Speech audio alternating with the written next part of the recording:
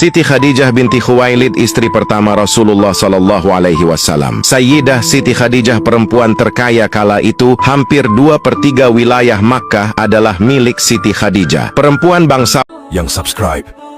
Semoga Allah berikan umur yang panjang dan rezeki yang berlimpah. Yang menyandang kemuliaan dan kelimpahan harta kekayaan. Namun ketika wafat, tak selembar kafan pun dia miliki. Bahkan baju yang dikenakan di saat menjelang ajal adalah pakaian kumuh dengan 83 tambalan. Dalam sejumlah sirah nabawiyah, Siti Khadijah wafat pada bulan Ramadan tahun ke-10 kenabian. Lebih detail Sayyid Muhammad bin Alwi Al-Maliki Al-Hasan dalam kitab Al-Bushra fil Manaqib Sayyidati Khadijah Al-Kubra menulis sang Ummul Mukminin itu berpulang pada hari ke-11 bulan Ramadan. Beberapa saat sebelum meninggal, perempuan pertama yang mengakui kenabian Nabi Muhammad SAW itu menyampaikan permintaan terakhirnya. Ya Rasulullah, aku memohon maaf kepadamu jika selama menjadi istrimu aku belum berbakti kepadamu. Kata Khadijah, seperti dikutip kitab Al-Bushra fil Manaqib Sayyidati Khadijah Al-Kubra halaman 16. Mendengar perkataan sang istri, Rasulullah menjawab, jauh dari itu ya Khadijah. Engkau telah mendukung dakwah Islam sepenuhnya, jawab Rasulullah. Dengan nada lirih, Khadijah berkata kepada Rasulullah Sallallahu Alaihi Wasallam bahwa dirinya sudah tak punya apa-apa lagi untuk mendukung perjuangan Islam. Seluruh hartanya telah habis. Sementara perjuangan Rasulullah Sallallahu Alaihi Wasallam dalam menyebarkan Islam belumlah selesai. Wahai Rasulullah, seandainya nanti aku mati sedangkan perjuanganmu ini belum selesai, sekiranya engkau hendak menyeberangi sebuah lautan, sekiranya engkau hendak menyeberangi sungai, namun engkau tidak memperoleh rakit atau jembatan, maka galilah lubang kuburku, ambillah tulang belulangku, jadikanlah sebagai jembatan untuk kau menyeberangi sungai itu, supaya engkau bisa melanjutkan dakwahmu, kata Khadijah. Menjelang ajalnya pun, Khadijah tidak berani meminta sesuatu kepada Rasulullah. Dipanggillah Fatimah, putri satu-satunya. Ya Fatimah putriku, aku yakin ajalku segera tiba, bisik Khadijah kepada Fatimah sesaat jelang ajal. Yang kutakutkan adalah siksa kubur. Tolong mintakan kepada ayahmu agar beliau memberikan sorbannya yang biasa digunakan untuk menerima wahyu, agar dijadikan kain kafanku. Aku malu dan takut memintanya sendiri, kata Khadijah dengan suara lirih kepada putri semata wayangnya itu. Mendengar hal itu, Rasulullah berkata, wahai Khadijah, Allah menitipkan salam kepadamu dan telah dipersiapkan tempatmu di surga, kata Rasulullah Sallallahu Alaihi Wasallam, dan disambut senyum Khadijah. Tak lama mendengar itu, Ummul Mukminin, ibu kaum mukmin pun menghembuskan nafas terakhirnya di pangkuan Rasulullah. Didekapnya sang istri itu dengan perasaan pilu yang teramat sangat. Tumpahlah air mata mulia Rasulullah dan semua orang yang ada di situ. Dalam suasana tangis dan duka menyelimuti keluarga Rasulullah Sallallahu Alaihi Wasallam, malaikat Jibril turun dengan mengucap salam dan membawa 5 kain kafan. Kemudian Rasulullah menjawab salam Jibril dan bertanya, untuk siapa sajakah kain kafan itu ya Jibril? Tanya Rasulullah. Kafan ini untuk Khadijah, untuk engkau ya Rasulullah, untuk Fatimah, Ali dan Hasan, jawab Jibril yang tiba-tiba berhenti berkata, kemudian menangis. Rasulullah lalu bertanya, kenapa ya Jibril? Cucumu yang satu, Husain, tidak memiliki kafan. Dia akan dibantai, tergeletak tanpa kafan dan tak dimandikan, jawab Jibril. Setelah mendengar jawaban Jibril, Rasulullah berkata di dekat jasad Khadijah, wahai Khadijah istriku sayang, demi Allah, aku takkan pernah mendapatkan istri sepertimu. Pengabdianmu kepada Islam dan diriku sungguh luar biasa. Allah Maha mengetahui semua amalanmu. Semua hartamu kau hibahkan untuk Islam. Kaum muslimin pun ikut menikmatinya. Semua pakaian kaum muslimin dan pakaianku ini juga darimu. Namun mengapa permohonan terakhirmu kepadaku hanyalah selembar sorban? Rasulullah pun tampak sedih. Oh Khadijahku sayang, kau meninggalkanku sendirian dalam perjuanganku. Siapa lagi yang akan membantuku? Aku ya Rasulullah, sahut Ali bin Abi Thalib, sang menantu saat di samping Rasulullah. Di samping jasad Siti Khadijah, Rasulullah kemudian berdoa kepada Allah, ya Allah, ya ilahi Rabbi, limpahkanlah rahmatmu kepada Khadijahku yang selalu membantuku dalam menegakkan Islam, mempercayaiku pada saat orang lain menentangku, menyenangkanku pada saat orang lain menyusahkanku, menenteramkanku pada saat orang lain membuatku gelisah.